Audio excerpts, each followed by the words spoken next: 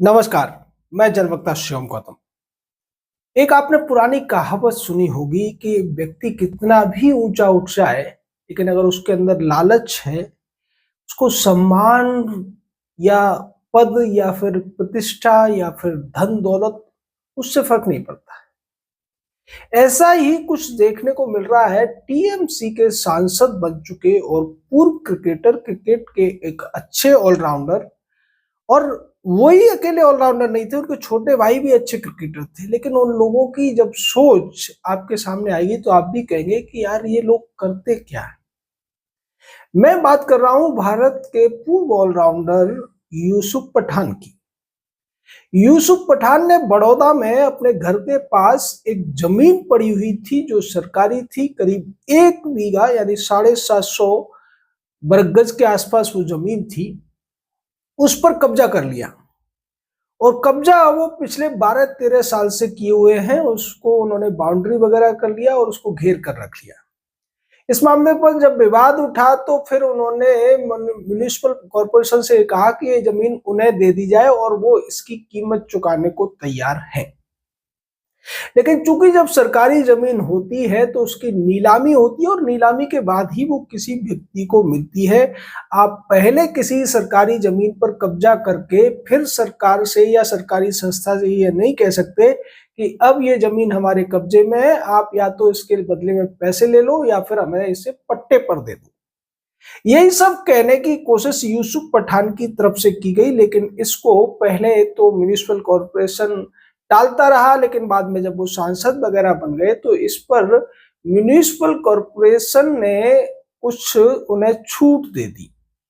इसके बाद ये मामला पहुंचता है गुजरात हाई कोर्ट और गुजरात हाई कोर्ट ने एक बड़ा फैसला लेते हुए यूसुफ पठान को इस जमीन को खाली करने का नोटिस दे दिया है।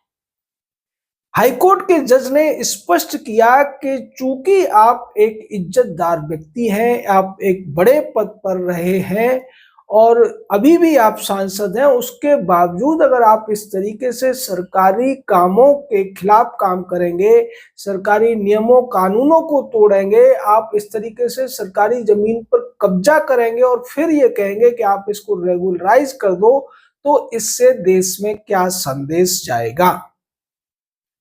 कोर्ट ने कहा कि आप अतिक्रमणकारी हैं और अतिक्रमणकारी किसी भी सरकारी जमीन को अपना नहीं कह सकता है।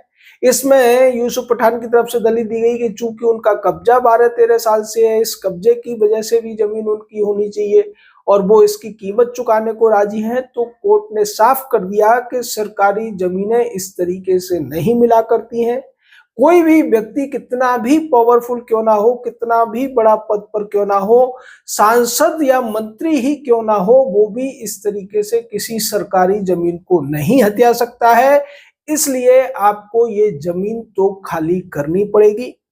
हालांकि इस पर यूसुफ पठान की तरफ से और उनके चाहने वालों की तरफ से कहा गया कि चूंकि वो टीएमसी के सांसद हैं इसलिए उनको विक्टिमाइज किया जा रहा है। कुछ लोग तो यहाँ तक कहने लगे कि वो मुस्लिम है इसलिए ऐसा किया जा रहा है, जबकि वो लोग भूल गए कि अब तक उनके साथ नरमी इसीलिए बरती जा रही थी क्योंकि वो एक नामी खिलाड़ी रहे हैं और अच्छे खिलाड़ी रहे हैं। भारत के लिए उन्होंने अच्छे मैच जिताए हैं, लेकिन उसके बावजूद अगर वो कानून का उल्लंघन करते हैं, कानून को तोड़ते हैं, सरकारी जमीन पर कब्जा करते हैं, तो फिर उनके साथ किसी भी तरीके की नरमी नहीं बरती जा सकती है।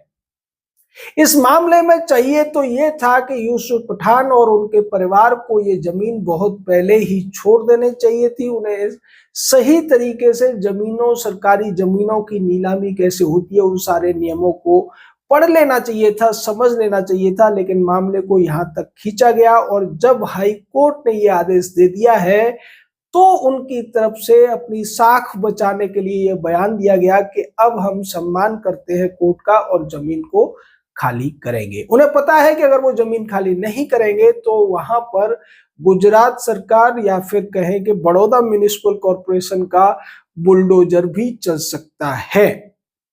इसलिए उन्होंने अब मरता क्या न करता वाली कहावत को चरितार्थ करते हुए कहा है कि वो जमीन खाली करने को तैयार है। हम तो कीमत चुकाने को भी तैयार थे, पर सरकार ने हमें जमीन नहीं बेची है, और ऐसा हो भी नहीं सकता था, क्योंकि कोई भी सरकारी जमीन है वो कितनी वैल्यूएबल है इसका अंदाजा उसकी नीलामी से हो सकता है, वहां जो मार्केट रेट चल रहा है उससे नहीं। और ये एक बहुत बड़ा संदेश, बहुत अच्छा फैसला है गुजरात हाईकोर्ट का, जिसने बता दिया है कि आप कितने भी नामचीन क्यों ना हो, आप कितने भी बड़े सेलिब्रिटी क्यों ना हो, लेकिन अगर आप नियमों को तोड़ते हैं, कानून का पालन नहीं करते हैं, तो फिर कोर्ट को वही करना चाहिए जो गुजरात हाई कोर्ट ने किया है। हालांकि ऐसे उदाहरण बहुत कम देखने को मिलते हैं। आए दिनों हमें ये देखने को मिलता है कि हाई कोर्ट और सुप्रीम कोर्ट से बड़े नाम वाले या फिर बड़े वकीलों द्वारा जिनकी पैरवी की जाती है, ऐसे लोगों को कानून को धता बताकर, कानून को नजरअंदाज करके भी रियायत दे दी जाती है, राहत दे दी जाती है।